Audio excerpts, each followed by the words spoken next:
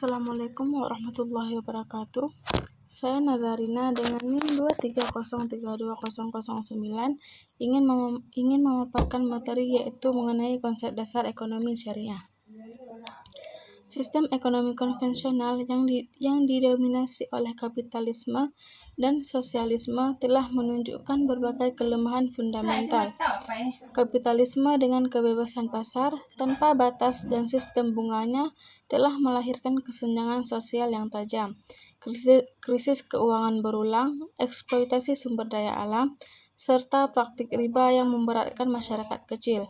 Sementara itu, sosialisme dengan kepemilikan negara atas seluruh alat produksi dan perencanaan terpusat terbukti menimbulkan inefisiensi, birokrasi yang kaku, serta hilangnya kebebasan dan inovasi individu. Di tengah kegagalan kedua sistem tersebut, ekonomi syariah hadir sebagai alternatif yang komprehensif. Ekonomi syariah bukan sekadar sistem ekonomi tanpa bunga, melainkan suatu tatanan ekonomi yang berlandaskan nilai-nilai ilahiyah, keadilan, kesejahteraan bersama, serta keseimbangan antara kepentingan individu dan masyarakat, dunia dan juga akhirat.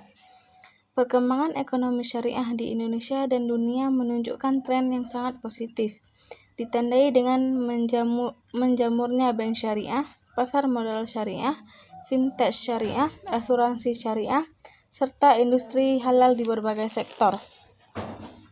Namun demikian, masih banyak kalangan, termasuk akademisi dan praktisi yang belum memahami secara mendalam tentang konsep dasar ekonomi syariah.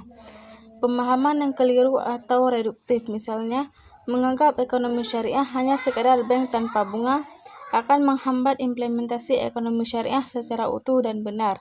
Oleh karena itu, pemahaman yang keliru atau reduktif, misalnya menganggap ekonomi syariah hanya sekedar bank tanpa bunga, akan menghambat implementasi ekonomi syariah secara utuh dan benar. Definisi ekonomi syariah. Untuk memahami ekonomi syariah secara utuh dan komprehensif, tidak cukup hanya dengan mengetahui pengertiannya secara dangkal. Diperlukan kajian mendalam dari berbagai aspek. Definisi ekonomi syariah. Untuk memahami ekonomi syariah secara utuh dan komprehensif, tidak cukup hanya dengan mengetahui pengertiannya secara dangkal. Diperlukan kajian mendalam dari berbagai aspek, dari etimologi atau asal-usul kata, terminologi atau definisi menurut para ahli terkemuka, serta perbandingan dengan disiplin ilmu yang berdekatan seperti fikih muamalah dan ekonomi konvensional. Dengan pemahaman yang holistik, diharapkan tidak terjadi kesalahpahaman atau reduksionisme dalam memandang ekonomi syariah. Yang pertama yaitu definisi etimologis atau bahasa. Secara etimologis, istilah ekonomi syariah atau ekonomi Islam terdiri dari dua kata, yaitu ekonomi dan syariah, yang masing-masing memiliki akar kata dan makna yang mendalam. Yang pertama itu makna ekonomi. Kata ekonomi dalam bahasa Indonesia diserap dari bahasa Inggris ekonomi, yang berasal dari bahasa Yunani kuno, yaitu oikonomia. Kata ekonomia terbentuk dari dua suku kata, yaitu oikos yang berarti rumah tangga dan nomos yang berarti aturan, hukum, atau pengelolaan. Dengan demikian, secara harfiah, oikonomia berarti aturan atau pengelolaan rumah tangga. Pada masa Yunani kuno, istilah ini merujuk pada seni atau ilmu mengelola sumber daya rumah tangga agar dapat memenuhi kebutuhan seluruh anggota keluarga secara efisien. Seiring perkembangan peradaban, makna ekonomi meluas tidak hanya terbatas pada rumah tangga individual, tetapi mencakup pengelolaan sumber daya pada tingkat perusahaan, masyarakat, bahkan negara. Dalam pengertian modern, ilmu ekonomi didefinisikan sebagai ilmu yang mempelajari perilaku manusia dalam mengalokasikan sumber daya yang terbatas atau langka untuk memenuhi kebutuhan manusia yang tidak terbatas. Fokus utamanya adalah efisiensi, pilihan, dan trade-off. Dalam bahasa Arab, kata yang paling dekat dengan ekonomi adalah al-iqtisad. Kata ini berasal dari akar kata qasada, yang berarti menuju, menyengaja, atau mengambil jalan tengah. Al-iktisad secara bahasa berarti sikap sederhana, tidak berlebihan, berada di tengah-tengah atau at-tawassut, dan tidak boros. Makna ini sangat penting karena menunjukkan bahwa dalam pandangan Islam, ekonomi bukan sekadar tentang efisiensi material, tetapi juga tentang keseimbangan, moderasi, dan menghindari pemborosan dan kekikiran. Yang berikutnya yaitu makna syariah. Kata syariah berasal dari bahasa Arab asy-syariah, yang secara bahasa memiliki beberapa makna. Yang pertama yaitu sumber air atau tempat mengalirnya air. Dalam masyarakat Arab yang hidup di gurun, sumber air adalah sumber kehidupan dan menjadi tujuan utama setiap perjalanan. Metafora ini menunjukkan bahwa syariah adalah sumber kehidupan spiritual dan sosial bagi manusia. Yang kedua yaitu jalan yang lurus menuju sumber air. Ini menunjukkan bahwa syariah memberikan petunjuk yang jelas dan terang bagi manusia untuk mencapai kebahagiaan dunia dan akhirat. Yang ketiga yaitu jalan yang ditempuh. Syariah adalah jalan yang telah digariskan dengan jelas oleh Allah. Dalam terminologi syariat Islam, syariah adalah seperangkat aturan, hukum, dan nilai-nilai yang ditetapkan oleh Allah melalui perantara Rasul-Nya, yaitu Nabi Muhammad, untuk menjadi pedoman hidup bagi seluruh umat manusia dalam segala aspek kehidupan. Syariah mencakup 3 domain utama. Yang pertama, akidah, yaitu keyakinan-keyakinan dasar tentang Allah, malaikat, kitab-kitab, rasul-rasul, hari akhir, dan qada dan qadar. Ini merupakan fondasi iman. Yang berikutnya yaitu ibadah, yaitu aturan tentang hubungan vertikal antara manusia dengan Allah, seperti salat, puasa, zakat, haji, dan doa. Ibadah bersifat tetap atau tidak banyak berubah dan merupakan perwujudan ketaatan. Yang berikutnya yaitu muamalah, yaitu aturan tentang hubungan horizontal antara manusia dengan sesama manusia, serta antara manusia dengan alam dan lingkungan. Muamalah mencakup bidang ekonomi, politik, sosial, hukum pidana, hukum keluarga, peradilan, pemerintahan, dan lain-lain. Bidang muamalah inilah yang menjadi fondasi ekonomi syariah. Prinsip dasarnya adalah fleksibel dan dapat beradaptasi dengan perkembangan zaman, selama tidak bertentangan dengan Al-Quran dan Sunnah. Dengan demikian, syariah bukan hanya tentang ritual ibadah, tetapi juga tentang bagaimana mengatur kehidupan sosial, termasuk aktivitas ekonomi, agar berjalan sesuai dengan kehendak Allah. Yang berikutnya itu definisi menurut para ahli. Para ekonom muslim dan cendekiawan Islam telah merumuskan definisi ekonomi syariah atau ekonomi Islam dengan redaksi yang beragam, mencerminkan latar belakang keilmuan dan penekanan masing-masing. Namun, secara substansial, definisi-definisi tersebut memiliki benang merah yang sama. Berikut adalah penjelasan lengkap definisi dari tokoh-tokoh terkemuka, disertai dengan analisis keunggulan dan fokus masing-masing. Yang pertama itu definisi menurut M. Abdul Manan. Ia mengatakan ekonomi Islam adalah ilmu pengetahuan sosial yang mempelajari masalah-masalah ekonomi rakyat yang diilhami oleh nilai-nilai Islam. Ekonomi Islam tidak hanya membahas tentang bagaimana mengalokasikan sumber daya yang langka untuk memenuhi kebutuhan manusia yang tidak terbatas, tetapi juga membahas tentang bagaimana mendistribusikan kekayaan secara adil dan bagaimana mencapai keadilan sosial dalam kerangka Islam. Yang kedua, definisi menurut M. Umar Chapra. Ia mengatakan ekonomi Islam adalah suatu cabang ilmu pengetahuan yang membantu mewujudkan kesejahteraan manusia melalui alokasi dan distribusi sumber daya yang langka yang didasarkan pada ajaran Islam, tanpa mengekang kebebasan individu secara berlebihan, menciptakan keseimbangan makroekonomi dan ekologi, serta menegakkan keadilan.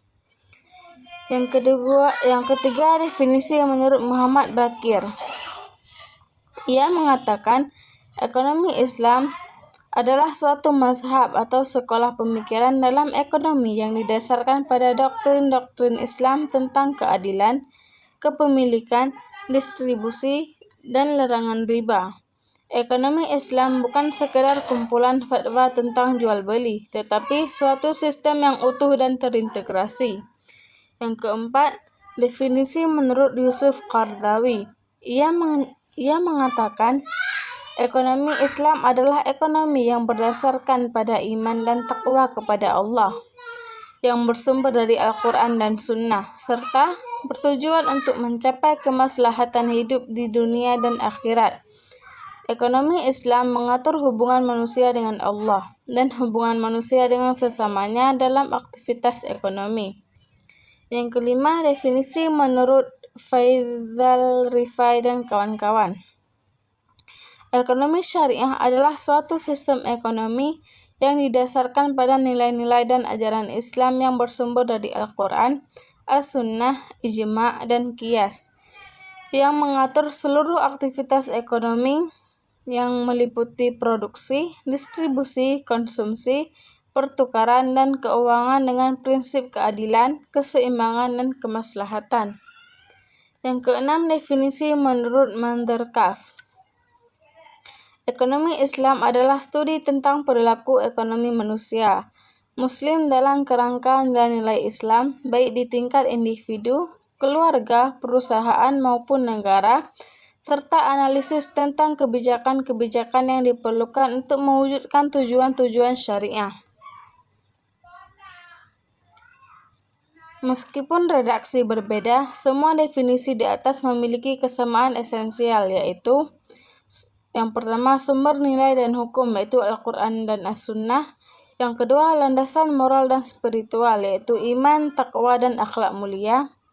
Yang ketiga itu tujuan akhir, yaitu untuk mencapai falah atau kebahagiaan dunia akhirat, yaitu maslahah atau kemaslahatan, keadilan, dan keseimbangan.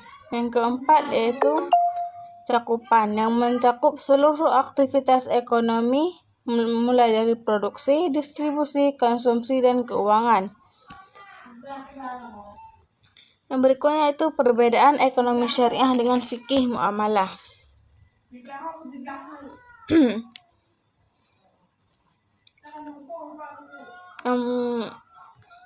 Salah satu kesalahpahaman yang sering terjadi di kalangan akademisi dan praktisi pemula adalah menyamakan ekonomi syariah dengan fikih muamalah. Padahal keduanya berbeda secara signifikan dalam hal fokus, pendekatan, metodologi, dan ruang lingkup. Memahami perbedaan ini sangat penting agar ekonomi syariah tidak direduksi menjadi sekadar hukum halal haram semata. Definisi dan fokus fikih muamalah. Fikih muamalah adalah cabang ilmu fikih Islam yang secara khusus mempelajari hukum-hukum syariat yang berkaitan dengan transaksi dan hubungan perdata antar sesama manusia, terutama dalam bidang ekonomi. Fikih muamalah mencakup hukum tentang jual beli, sewa menyewa, utang piutang, gadai, kerjasama, penitipan barang, jaminan, pemindahan utang, dan lain sebagainya. Fokus utama fikih muamalah adalah menentukan status hukum dari suatu transaksi atau akad ekonomi. Para fuqaha atau ahli fikih akan menganalisis apakah suatu transaksi itu wajib, sunnah, mubah, makruh, ataupun haram. Yang berikutnya itu definisi dan fokus ekonomi syariah. Sementara itu, ekonomi syariah jauh lebih luas daripada fikih muamalah. Ekonomi syariah menggunakan fikih muamalah sebagai salah satu fondasi hukumnya, tetapi kemudian melangkah lebih jauh ke ranah analisis ekonomi, kebijakan publik, institusi, dan perilaku ekonomi secara sistematis. Fokus ekonomi syariah meliputi analisis perilaku ekonomi individu dan kelompok dalam perspektif Islam. Analisis makroekonomi yaitu inflasi, pengangguran, pertumbuhan ekonomi, neraca pembayaran, kebijakan fiskal dan moneter, namun dalam kerangka tanpa bunga dan dengan instrumen zakat. Yang berikutnya itu institusi dan struktur pasar, yaitu bagaimana pasar bekerja dalam ekonomi Islam, bagaimana mencegah monopoli, dan bagaimana peran negara dalam mengatur pasar. Perbedaan ekonomi syariah dengan ekonomi konvensional. Perbedaan antara ekonomi syariah dan ekonomi konvensional bersifat fundamental dan mendasar, bukan hanya perbedaan teknis seperti bunga dan bagi hasil. Perbedaan ini mencakup asumsi dasar, tujuan, nilai, metode, dan instrumen. Perbedaan dalam asumsi tentang manusia. Hakikat manusia, Homo economicus, yaitu selalu memaksimalkan kepuasan pribadi. Motivasi keuangan materi, gengsi, kepuasan. Berikutnya itu perbedaan dalam tujuan ekonomi. Tujuan ekonomi konvensional, ekonomi syariah. Tujuan utama maksimalisasi laba dan maksimalisasi kepuasan, falah dan maslahah. Yang berikutnya itu perbedaan dalam prinsip dan instrumen. Bunga instrumen utama dalam sistem keuangan, dianggap sebagai harta waktu. Diharamkan sebagai riba, tidak boleh digunakan dalam transaksi apapun. Bagi hasil tidak dikenal sebagai instrumen utama, ada dalam bentuk saham, tetapi bukan pengganti bunga. Instrumen utama yaitu mudharabah dan musyarakah. Adapun sumber hukum utama yaitu yang pertama Al-Quran. Pengertian Al-Quran sebagai sumber hukum. Al-Quran adalah kitab suci umat Islam yang berisi firman Allah yang diturunkan kepada Nabi Muhammad melalui perantaraan malaikat Jibril. Al-Quran bukan sekedar bacaan ritual, tetapi merupakan petunjuk hidup bagi seluruh umat manusia dalam segala aspek kehidupan, termasuk aspek ekonomi. Dalam konteks hukum ekonomi, Al-Quran menempati posisi sebagai sumber pertama dan tertinggi. Artinya, tidak boleh ada satupun hukum ekonomi yang bertentangan dengan Al-Quran. Yang kedua itu karakteristik ayat-ayat ekonomi dalam Al-Quran. Ayat-ayat Al-Quran yang berkaitan dengan ekonomi memiliki karakteristik khusus yang perlu dipahami agar tidak terjadi kesalahan interpretasi. Yang pertama yaitu bersifat umum dan universal. Sebagian besar ayat ekonomi dalam Al-Quran bersifat universal dan abadi, tidak terbatas oleh ruang dan waktu. Contohnya larangan riba, perintah keadilan, dan larangan berbuat curang dalam timbangan. Prinsip-prinsip umum ini harus diterjemahkan ke dalam aturan teknis yang sesuai dengan perkembangan zaman. Yang kedua yaitu tidak merinci detail teknis. Al-Quran tidak memberikan rincian teknis tentang misalnya persentase keuntungan dalam akad mudharabah, jangka waktu maksimal pembayaran uang, atau mekanisme klaim asuransi. Hal ini sengaja dibiarkan fleksibel agar umat Islam dapat berijtihad sesuai dengan kondisi dan kebutuhan masing-masing zaman, selama tidak melanggar prinsip-prinsip umum yang telah ditetapkan. Yang berikutnya itu mengandung nilai-nilai etika dan moral. Ayat-ayat ekonomi Al-Quran tidak hanya berisi perintah dan larangan hukum, tetapi juga nilai-nilai etika yang mendalam, seperti kejujuran, amanah, tolong-menolong, dan tidak berlebih-lebihan. Nilai-nilai ini menjadi ruh yang menghidupkan hukum ekonomi. Yang berikutnya itu terintegrasi antara aspek dunia dan akhirat. Al-Quran tidak memisahkan antara motif ekonomi duniawi dan motif ukhrawi. Dalam setiap transaksi ekonomi, seorang muslim dianjurkan untuk meniatkannya sebagai ibadah. Sumber yang kedua itu as-sunnah. As-sunnah adalah segala sesuatu yang bersumber dari Nabi Muhammad, baik berupa perkataan, perbuatan maupun ketetapan, serta sifat-sifat beliau baik fisik maupun akhlak. As-sunnah menempati posisi sebagai sumber hukum kedua setelah Al-Quran. Fungsi utama as-sunnah terhadap Al-Quran adalah yang pertama, memperkuat dan menegaskan hukum yang sudah ada dalam Al-Quran. Contoh, Al-Quran memerintahkan sholat dan zakat secara umum. As-sunnah merinci tata cara dan ketentuannya.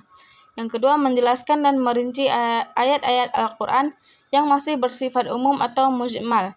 Contohnya, Al-Quran melarang riba secara umum, sedangkan As-Sunnah menjelaskan jenis-jenis riba dan transaksi yang termasuk riba. Yang ketiga, menetapkan hukum baru yang tidak disebutkan dalam Al-Quran. Contohnya, Al-Quran tidak secara eksplisit mengharamkan daging keledai jinak atau binatang buas bertaring, tetapi As-Sunnah melarangnya.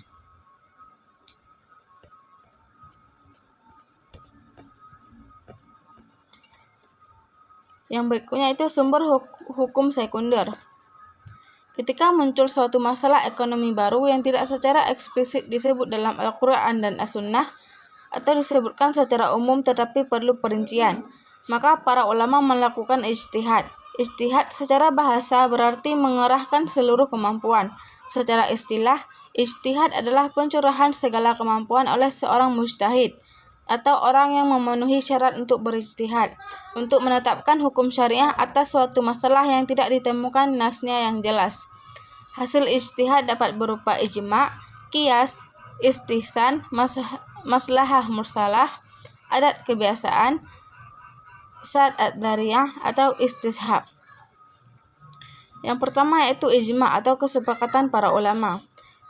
Ijma' adalah kesepakatan seluruh ulama mujtahid pada suatu masa tertentu tentang suatu hukum syariah setelah wafatnya Nabi Muhammad. Ijma' menjadi sumber hukum karena Rasulullah bersabda, "Umatku tidak akan bersepakat dalam kesesatan." Contoh ijma' dalam ekonomi syariah yaitu kebolehan akad murahabah, kebolehan akad ijarah, keharaman segala bentuk riba, kewajiban zakat atas harta perdagangan. Kedudukan ijma' dalam ekonomi syariah modern, yaitu ijma' sangat penting karena memberikan kepastian hukum atas masalah-masalah yang tidak secara eksplisit disebut dalam nas. Yang berikutnya itu qiyas. Qiyas adalah menyamakan suatu kasus baru yang tidak ada nasnya dengan kasus lama yang sudah ada nasnya, karena memiliki persamaan ilat. Qiyas merupakan metode ijtihad yang paling populer dan banyak digunakan dalam fikih muamalah. Rukun qiyas yaitu ada 4, yaitu pokok, cabang, hukum asal, dan sebab hukum. Yang ketiga yaitu maslahah mursalah.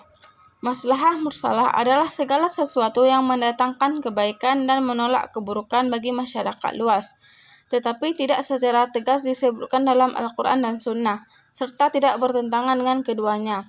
Prinsipnya adalah darul mafasid muqaddamun, atau menolak kerusakan lebih didahulukan daripada mengambil kemanfaatan. Syarat maslahah mursalah yang pertama itu maslahah tersebut bersifat hakiki, bukan dugaan semata. Yang kedua, maslahah tersebut bersifat umum atau kolektif, bukan hanya untuk individu tertentu. Yang ketiga, maslahah tersebut tidak bertentangan dengan nas Al-Quran atau sunnah yang jelas. Dan yang keempat, maslahah tersebut tidak membatalkan kemaslahatan yang lebih pokok. Yang keempat yaitu adat kebiasaan.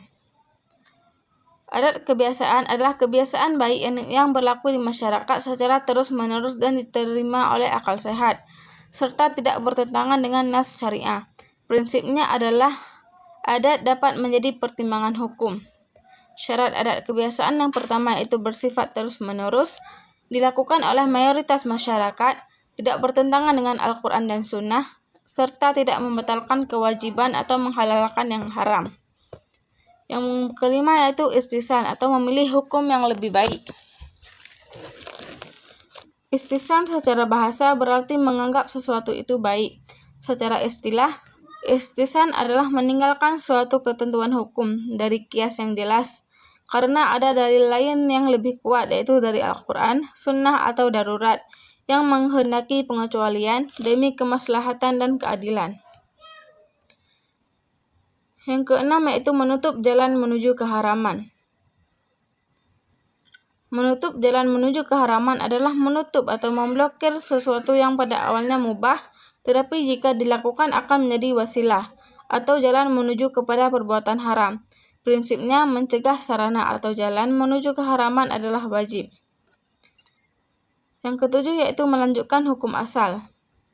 Melanjutkan hukum asal adalah menetapkan bahwa suatu hukum atau status yang sudah ada tetap berlaku sampai ada dalil yang mengubahnya. Yang berikutnya yaitu tujuan ekonomi syariah.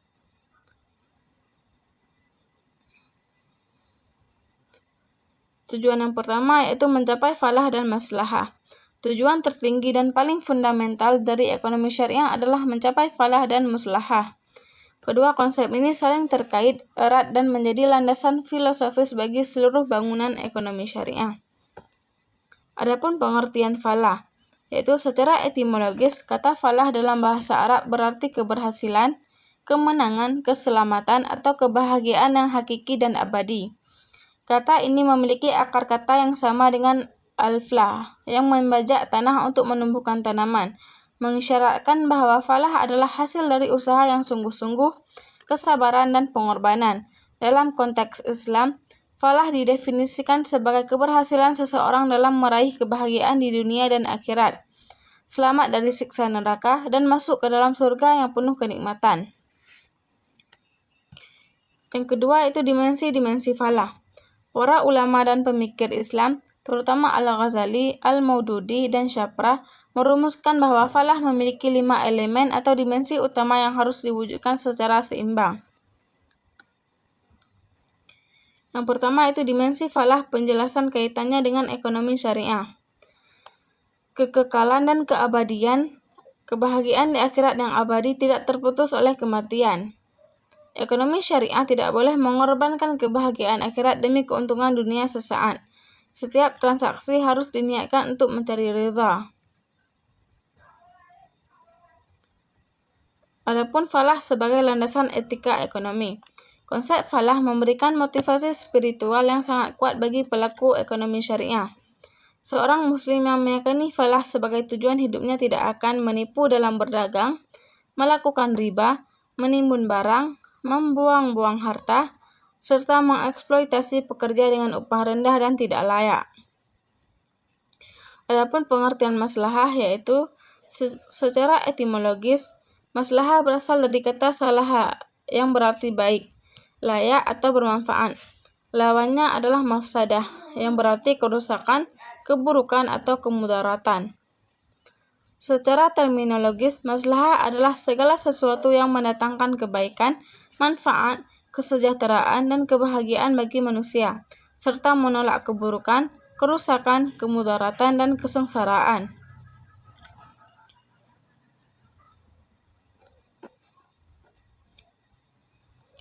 Adapun tujuan mikro ekonomi syariah. Pada tingkat individu dan rumah tangga, ekonomi syariah bertujuan untuk membentuk pribadi-pribadi muslim yang mandiri, bertakwa, dan berkontribusi positif bagi masyarakat. Berikut adalah tujuan-tujuan mikro secara terperinci. Yang pertama yaitu memenuhi kebutuhan dasar. Tujuan pertama dan paling mendasar dari ekonomi syariah bagi individu adalah terpenuhinya kebutuhan pokok. Namun pemenuhan ini harus melalui jalan yang halal. Seorang muslim diperbolehkan mencari kekayaan, bahkan dianjurkan asalkan dengan cara yang halal. Yang kedua, mencapai kecukupan. Ekonomi syariah sangat mendorong kemandirian ekonomi. Tangan di atas lebih baik daripada tangan di bawah. Mencari nafkah dengan usaha sendiri lebih mulia daripada meminta-minta atau bergantung pada bantuan terus-menerus. Tujuannya adalah agar seorang muslim tidak menjadi beban bagi orang lain, bahkan menjadi penopang bagi keluarganya dan masyarakat sekitarnya. Zakat dan sedekah diberikan untuk memberdayakan, bukan untuk menjadikan penerima bergantung selamanya. Yang ketiga yaitu mengelola harta sebagai amanah. Setiap individu harus menyadari bahwa harta yang dimilikinya bukanlah milik mutlak. Ia hanyalah amanah atau titipan dari Allah yang akan dimintai pertanggungjawabannya di akhirat. Yang keempat itu membersihkan harta dan jiwa melalui zakat, infak, sedekah. Zakat adalah kewajiban yang tidak bisa ditawar bagi setiap muslim yang mampu atau memenuhi nisab dan haul.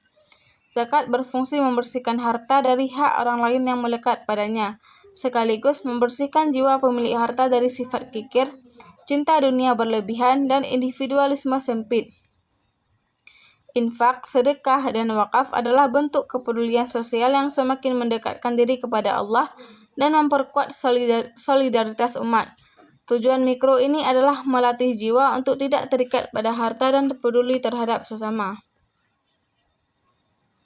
Yang kelima yaitu menjauhi riba, gharar, maisir, dan transaksi haram lainnya. Tujuan ini bersifat preventif atau pencegahan. Seorang muslim harus berusaha keras untuk menghindari segala bentuk transaksi yang diharamkan Allah, meskipun secara materi menguntungkan. Menjauhi riba lebih utama daripada sedekah. Yang keenam yaitu menyeimbangkan konsumsi antara kebutuhan dunia dan kepersiapan akhirat. Seorang muslim tidak boleh hidup asketis atau meninggalkan dunia sama sekali, karena itu menyia-nyiakan nikmat Allah. Ia juga tidak boleh hanyut dalam gemerlap dunia hingga lupa akhirat. Ekonomi syariah bertujuan untuk menciptakan keseimbangan, belanjakan harta untuk kebutuhan dunia, dan sisihkan untuk akhirat. Adapun tujuan makro ekonomi syariah. Pada tingkat makro, ekonomi syariah memiliki tujuan-tujuan yang lebih luas dan strategis.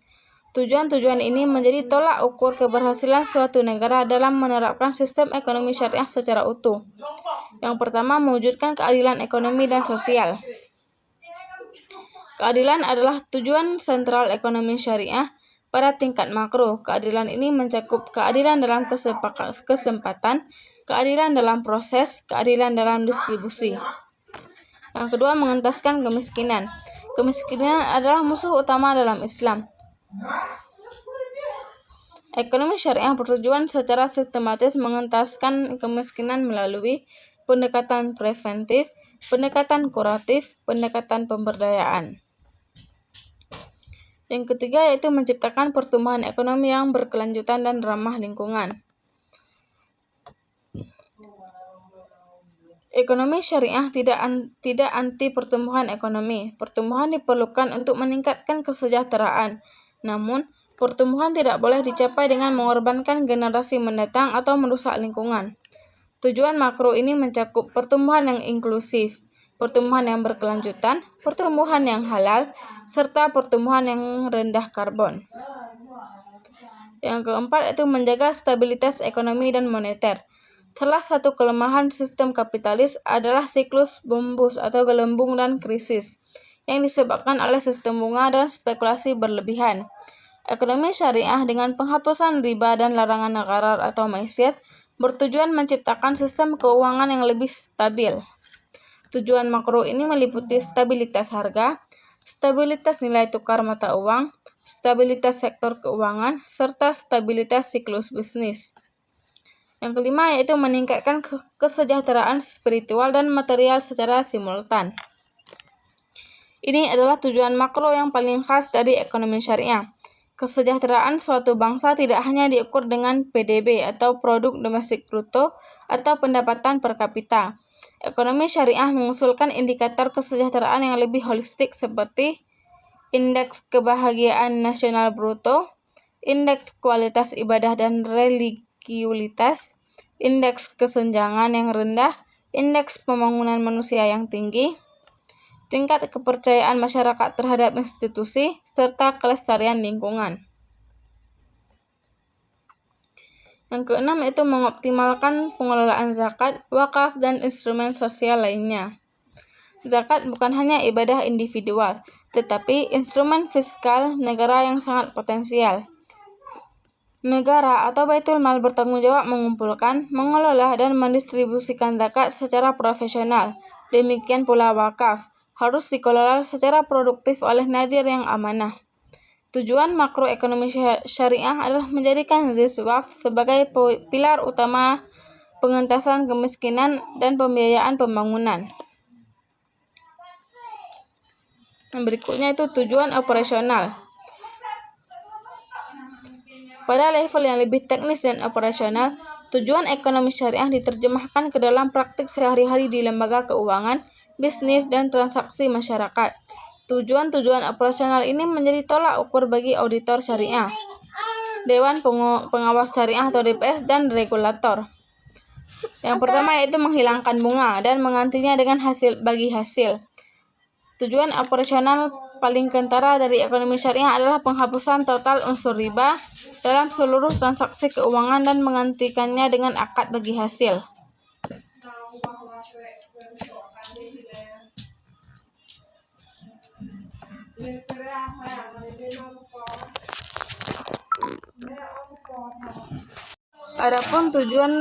Adapun ruang lingkup ekonomi syariah. Setelah memahami definisi, dasar hukum, dan tujuan ekonomi syariah, langkah terakhir untuk menguasai konsep dasarnya adalah memahami ruang lingkup ekonomi syariah. Ruang lingkup adalah batasan-batasan dan cakupan area yang menjadi objek kajian dan penerapan ekonomi syariah. Pemahaman tentang ruang lingkup sangat penting. Secara umum, ruang lingkup ekonomi syariah sangat luas dan meliputi hampir seluruh aspek kehidupan ekonomi, mulai dari produksi, distribusi, konsumsi, pertukaran, keuangan, hingga kebijakan publik, serta mencakup berbagai sektor, tingkatan, dan institusi. Yang pertama itu berdasarkan aspek aktivitas ekonomi. Secara fundamental, ekonomi syariah mencakup 3 aktivitas ekonomi utama yang saling terkait satu sama lain, membentuk suatu siklus ekonomi yang utuh, yaitu produksi, distribusi, dan konsumsi.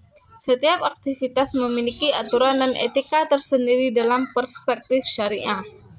Yang pertama yaitu produksi. Pengertian produksi dalam ekonomi syariah. Produksi adalah kegiatan menciptakan atau menambah nilai guna suatu barang atau jasa untuk memenuhi kebutuhan manusia. Dalam ekonomi konvensional, produksi semata-mata bertujuan untuk memaksimalkan laba sebesar-besarnya dengan biaya seminimal mungkin, tanpa mempertimbangkan aspek halal haram atau dampak sosial dan lingkungan. Adapun pengertian produksi dalam ekonomi syariah.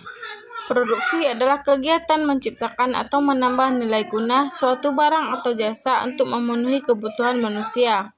Dalam ekonomi konvensional, produksi semata-mata bertujuan untuk memaksimalkan laba sebesar-besarnya dengan biaya seminimal mungkin, tanpa mempertimbangkan aspek halal haram atau dampak sosial dan lingkungan. Sebaliknya, dalam ekonomi syariah, produksi memiliki dimensi yang jauh lebih luas, yaitu produksi sebagai ibadah, keseimbangan antara motif laba dan bertanggung jawab sosial, serta larangan produksi barang dan jasa haram. Adapun ruang lingkup produksi dalam ekonomi syariah. Ruang lingkup produksi dalam ekonomi syariah mencakup beberapa aspek penting. Yang pertama itu aspek produksi ketentuan syariah, yaitu jenis barang atau jasa yang diproduksi harus halal dan baik, tidak boleh memproduksi barang haram atau jasa haram. Produsen makanan wajib memiliki sertifikasi halal. Pabrik kosmetik tidak boleh menggunakan bahan baku dari babi atau alkohol. Adapun dari cara produksi atau proses produksi harus bersih, tidak najis, dan tidak melibatkan praktik haram, misalnya mencuri listrik, menggunakan pekerja anak secara eksploitasi, atau mencemari lingkungan. Pabrik harus mengelola limbah dengan benar, tidak membuang ke sungai. Pekerja harus dibayar upah yang layak dan tepat waktu. Tujuan produksi yaitu untuk memenuhi kebutuhan masyarakat, bukan sekedar mengejar laba. Memproduksi obat-obatan esensial dengan harga terjangkau meskipun margin keuntungannya kecil. Dampak produksi yaitu tidak boleh merusak lingkungan, kesehatan masyarakat atau ekosistem. Pabrik kelapa sawit tidak boleh membakar hutan. Perusahaan tambang wajib melakukan reklamasi lahan pasca tambang. Adapun klasifikasi produk berdasarkan hukum syariah. Kategori produk hukum yang pertama itu halal atau diperbolehkan, wajib dikonsumsi atau digunakan jika kebutuhan pokok.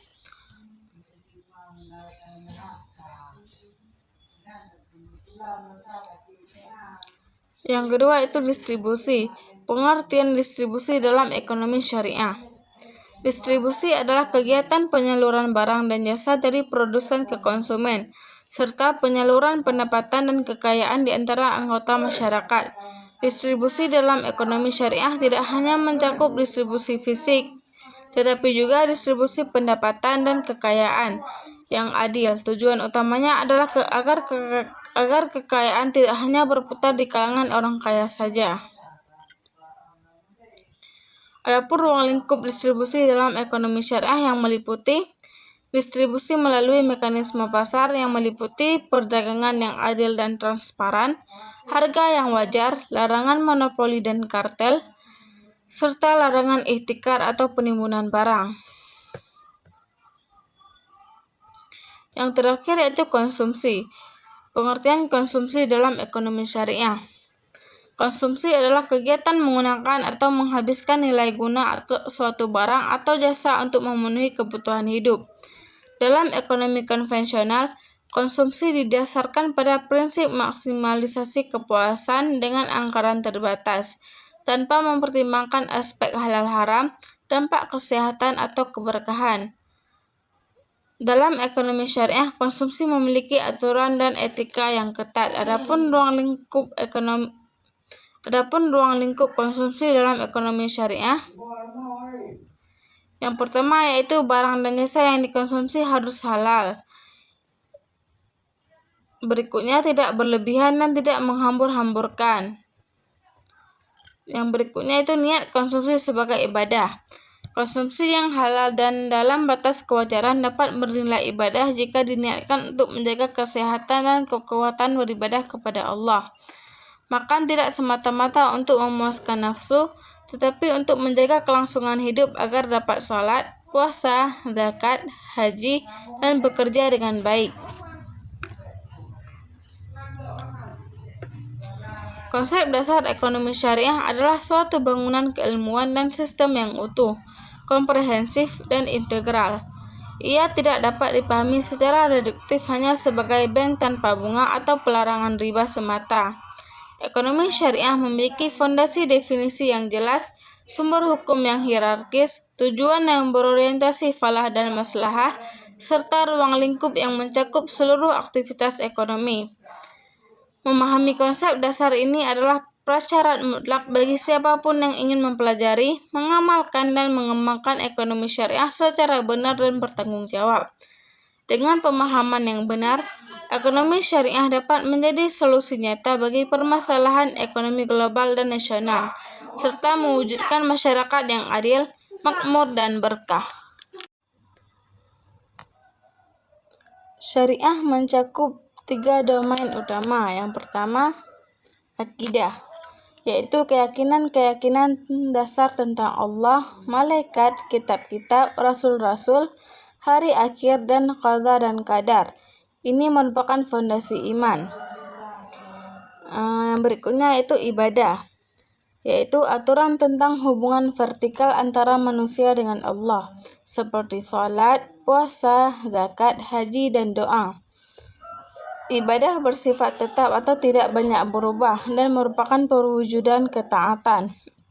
Yang berikutnya itu muamalah, yaitu aturan tentang hubungan horizontal antara manusia dengan sesama manusia, serta antara manusia dengan alam dan lingkungan. Muamalah mencakup bidang ekonomi, politik, sosial, hukum pidana, hukum keluarga, peradilan, pemerintahan, dan lain-lain.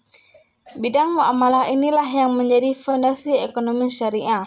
Prinsip dasarnya adalah fleksibel dan dapat beradaptasi dengan perkembangan zaman, selama tidak bertentangan dengan Al-Quran dan Sunnah.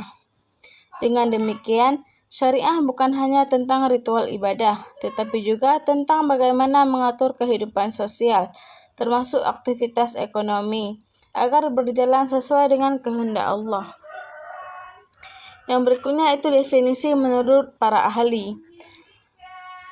Para ekonom muslim dan cendekiawan Islam telah merumuskan definisi ekonomi syariah atau ekonomi Islam dengan redaksi yang beragam, mencerminkan latar belakang keilmuan dan penekanan masing-masing. Namun, secara substansial, definisi-definisi tersebut memiliki benang merah yang sama. Berikut adalah penjelasan lengkap definisi dari tokoh-tokoh terkemuka, disertai dengan analisis keunggulan dan fokus masing-masing. Yang pertama itu definisi menurut M. Abdul Manan. Ia mengatakan ekonomi Islam adalah ilmu pengetahuan sosial yang mempelajari masalah-masalah ekonomi rakyat yang diilhami oleh nilai-nilai Islam. Ekonomi Islam tidak hanya membahas tentang bagaimana mengalokasikan sumber daya yang langka untuk memenuhi kebutuhan manusia yang tidak terbatas, tetapi juga membahas tentang bagaimana mendistribusikan kekayaan secara adil dan bagaimana mencapai keadilan sosial dalam kerangka Islam. Yang kedua, definisi menurut M. Umar Chapra. Ia mengatakan ekonomi Islam adalah suatu cabang ilmu pengetahuan yang membantu mewujudkan kesejahteraan manusia melalui alokasi dan distribusi sumber daya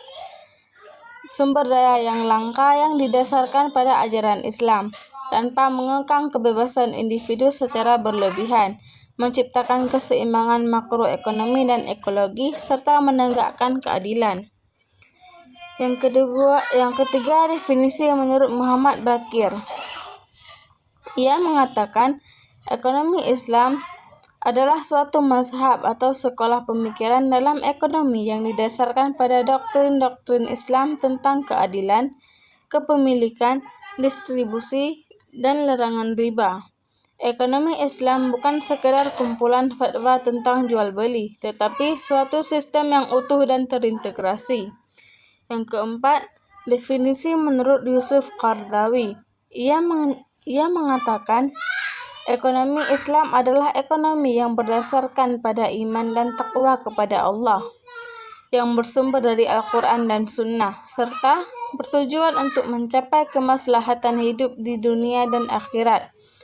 Ekonomi Islam mengatur hubungan manusia dengan Allah dan hubungan manusia dengan sesamanya dalam aktivitas ekonomi.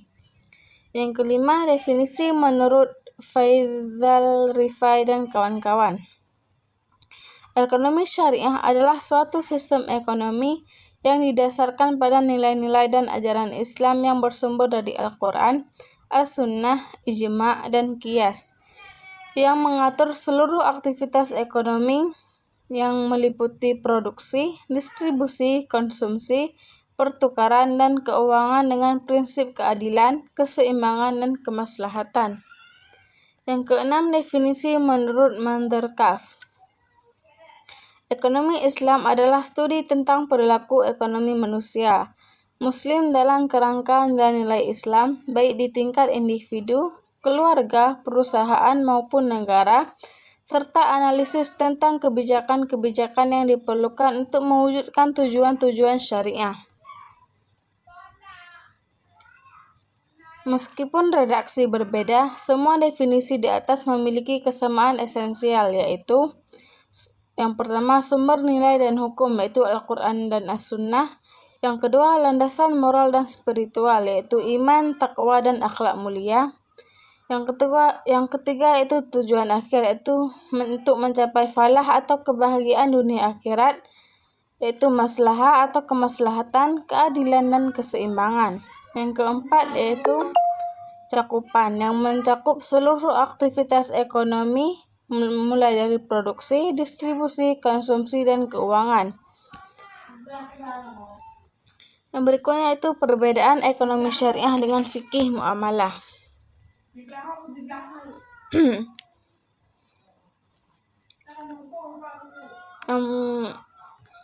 Salah satu kesalahpahaman yang sering terjadi di kalangan akademisi dan praktisi pemula adalah menyamakan ekonomi syariah dengan fikih muamalah. Padahal keduanya berbeda secara signifikan dalam hal fokus, pendekatan, metodologi, dan ruang lingkup. Memahami perbedaan ini sangat penting agar ekonomi syariah tidak direduksi menjadi sekadar hukum halal haram semata. Definisi dan fokus fikih muamalah. Fikih muamalah adalah cabang ilmu fikih Islam yang secara khusus mempelajari hukum-hukum syariat yang berkaitan dengan transaksi dan hubungan perdata antar sesama manusia, terutama dalam bidang ekonomi. Fikih muamalah mencakup hukum tentang jual beli, sewa menyewa, utang piutang, gadai, kerjasama, penitipan barang, jaminan, pemindahan utang, dan lain sebagainya. Fokus utama fikih muamalah adalah menentukan status hukum dari suatu transaksi atau akad ekonomi. Para fuqaha atau ahli fikih akan menganalisis apakah suatu transaksi itu wajib, sunnah, mubah, makruh, ataupun haram. Yang berikutnya itu definisi dan fokus ekonomi syariah. Sementara itu, ekonomi syariah jauh lebih luas daripada fikih muamalah. Ekonomi syariah menggunakan fikih muamalah sebagai salah satu fondasi hukumnya, tetapi kemudian melangkah lebih jauh ke ranah analisis ekonomi, kebijakan publik, institusi, dan perilaku ekonomi secara sistematis. Fokus ekonomi syariah meliputi analisis perilaku ekonomi individu dan kelompok dalam perspektif Islam. Analisis makroekonomi yaitu inflasi, pengangguran, pertumbuhan ekonomi, neraca pembayaran, kebijakan fiskal dan moneter, namun dalam kerangka tanpa bunga dan dengan instrumen zakat. Yang berikutnya itu institusi dan struktur pasar, yaitu bagaimana pasar bekerja dalam ekonomi Islam, bagaimana mencegah monopoli, dan bagaimana peran negara dalam mengatur pasar. Perbedaan ekonomi syariah dengan ekonomi konvensional. Perbedaan antara ekonomi syariah dan ekonomi konvensional bersifat fundamental dan mendasar, bukan hanya perbedaan teknis seperti bunga dan bagi hasil. Perbedaan ini mencakup asumsi dasar, tujuan, nilai, metode, dan instrumen. Perbedaan dalam asumsi tentang manusia. Hakikat manusia, Homo economicus, yaitu selalu memaksimalkan kepuasan pribadi. Motivasi keuangan materi, gengsi, kepuasan. Definisi ekonomi syariah. Untuk memahami ekonomi syariah secara utuh dan komprehensif, tidak cukup hanya dengan mengetahui pengertiannya secara dangkal. Diperlukan kajian mendalam dari berbagai aspek, dari etimologi atau asal-usul kata, terminologi atau definisi menurut para ahli terkemuka, serta perbandingan dengan disiplin ilmu yang berdekatan seperti fikih muamalah dan ekonomi konvensional. Dengan pemahaman yang holistik, diharapkan tidak terjadi kesalahpahaman atau reduksionisme dalam memandang ekonomi syariah. Yang pertama yaitu definisi etimologis atau bahasa. Secara etimologis, istilah ekonomi syariah atau ekonomi Islam terdiri dari dua kata, yaitu ekonomi dan syariah, yang masing-masing memiliki akar kata dan makna yang mendalam. Yang pertama itu makna ekonomi.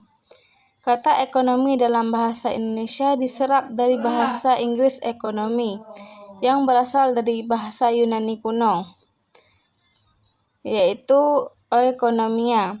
Kata ekonomia terbentuk dari dua suku kata, yaitu oikos yang berarti rumah tangga dan nomos yang berarti aturan, hukum, atau pengelolaan. Dengan demikian, secara harfiah, oikonomia berarti aturan atau pengelolaan rumah tangga. Pada masa Yunani kuno, istilah ini merujuk pada seni atau ilmu mengelola sumber daya rumah tangga agar dapat memenuhi kebutuhan seluruh anggota keluarga secara efisien. Seiring perkembangan peradaban, makna ekonomi meluas tidak hanya terbatas pada rumah tangga individual, tetapi mencakup pengelolaan sumber daya pada tingkat perusahaan, masyarakat, bahkan negara. Dalam pengertian modern, ilmu ekonomi didefinisikan sebagai ilmu yang mempelajari perilaku manusia dalam mengalokasikan sumber daya yang terbatas atau langka untuk memenuhi kebutuhan manusia yang tidak terbatas. Fokus utamanya adalah efisiensi, pilihan, dan trade-off. Dalam bahasa Arab, kata yang paling dekat dengan ekonomi adalah al-iqtisad. Kata ini berasal dari akar kata qasada, yang berarti menuju, menyengaja, atau mengambil jalan tengah. Al-iktisad secara bahasa berarti sikap sederhana, tidak berlebihan, berada di tengah-tengah atau at-tawassut, dan tidak boros. Makna ini sangat penting karena menunjukkan bahwa dalam pandangan Islam, ekonomi bukan sekadar tentang efisiensi material, tetapi juga tentang keseimbangan, moderasi, dan menghindari pemborosan dan kekikiran. Yang berikutnya yaitu makna syariah. Kata syariah berasal dari bahasa Arab asy-syariah, yang secara bahasa memiliki beberapa makna. Yang pertama yaitu sumber air atau tempat mengalirnya air. Dalam masyarakat Arab yang hidup di gurun, sumber air adalah sumber kehidupan dan menjadi tujuan utama setiap perjalanan. Metafora ini menunjukkan bahwa syariah adalah sumber kehidupan spiritual dan sosial bagi manusia. Yang kedua yaitu jalan yang lurus menuju sumber air. Ini menunjukkan bahwa syariah memberikan petunjuk yang jelas dan terang bagi manusia untuk mencapai kebahagiaan dunia dan akhirat. Yang ketiga yaitu jalan yang ditempuh. Syariah adalah jalan yang telah digariskan dengan jelas oleh Allah. Dalam terminologi syariat Islam, syariah adalah seperangkat aturan, hukum, dan nilai-nilai yang ditetapkan oleh Allah melalui perantara Rasul-Nya, yaitu Nabi Muhammad, untuk menjadi pedoman hidup bagi seluruh umat manusia dalam segala aspek kehidupan.